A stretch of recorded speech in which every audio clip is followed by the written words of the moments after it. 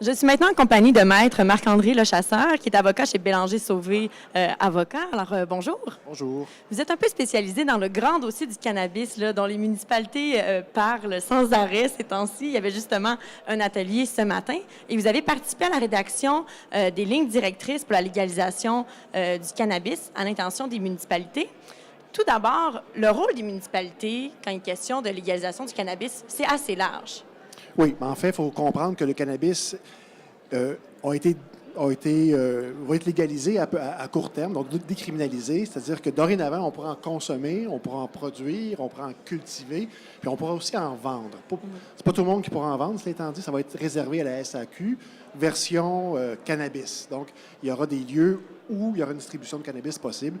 Et la SAQ, présentement, fait le démarchage auprès des municipalités, dans le cadre d'un projet pilote, auprès de 22 municipalités, je pense, pour déterminer l'endroit où le commerce de cannabis sera ouvert sur le territoire des municipalités.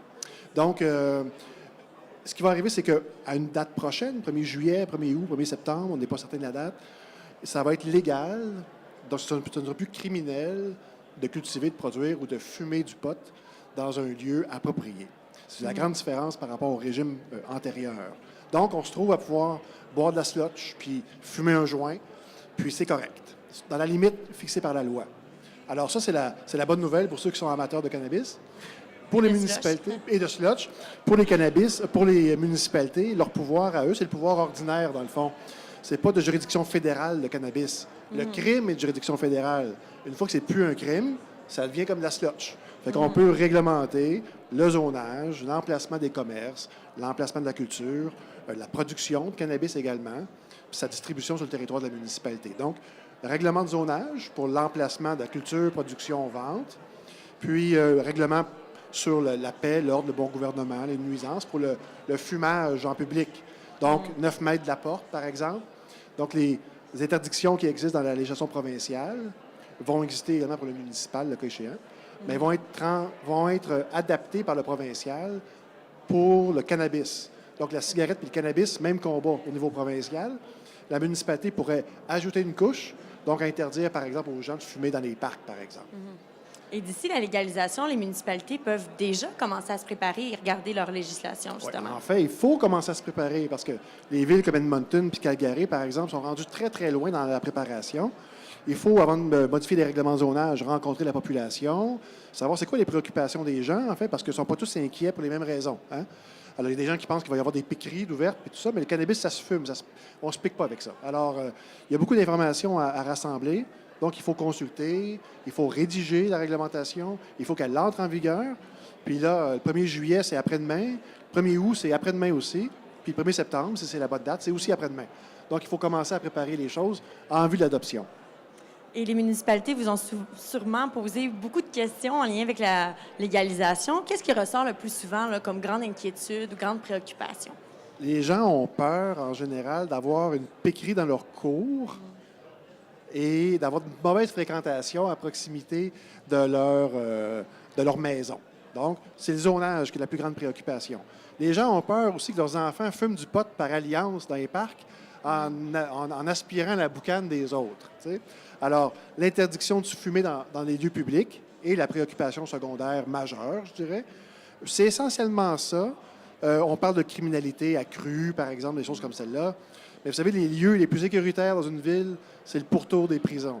Alors, il y a peu à penser que le cannabis va générer une augmentation de la criminalité dans les municipalités, là, eu égard à la vente du cannabis, parce qu'il va être réglementé dorénavant.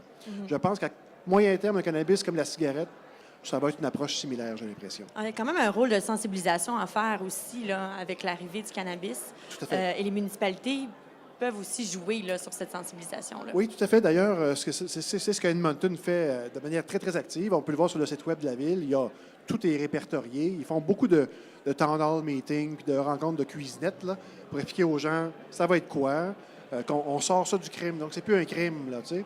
Alors, dans une certaine mesure, si vous avez 2 kilos de cannabis sur vous, vous avez un problème, là. Mais jusqu'à 30 grammes, ça peut fonctionner, tu sais. Alors, il faut expliquer aux gens ce que c'est. Il faut voir que la cigarette, le cannabis, c'est peut-être quelque chose de similaire à certains égards. Il y a une culture à des fins médicales qui est autorisée depuis quelques années déjà, qui va continuer. la culture d'effets récréative qui embarque, mais qui va être encadrée par la municipalité. Donc, ce qui se passe sur le territoire en termes de localisation des usages et de droits de fumée va être encadré complètement, ce qui fait en sorte que ça devrait être assez lisse, j'ai l'impression, lorsque ça va être mis en œuvre. Puis, il ne faut pas penser qu'il va y avoir de la vente de cannabis à chaque coin de rue, là. Il va y avoir du succursale de la SQC qui va ouvrir dans toutes les bonnes municipalités, sans aucun doute que les urbanistes vont trouver à prévoir un zonage approprié à ça, parce que la SQC sera assujettie au zonage municipal, comme la SAQ d'ailleurs.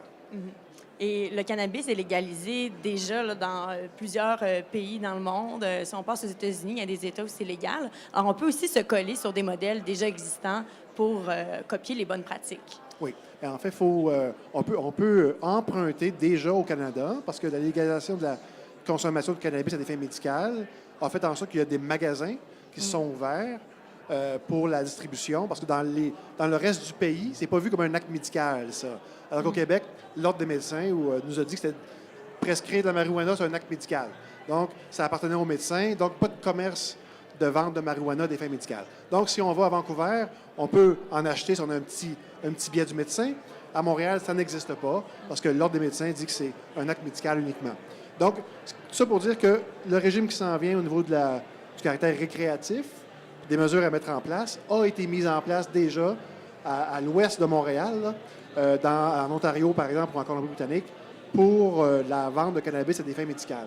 Donc, l'affichage, la non-sollicitation, l'affichage extérieur également, la sensibilisation des gens, comme le fait l'Auto-Québec ou la SAQ, bien, ils font la même chose pour la vente du cannabis à des fins médicales. OK.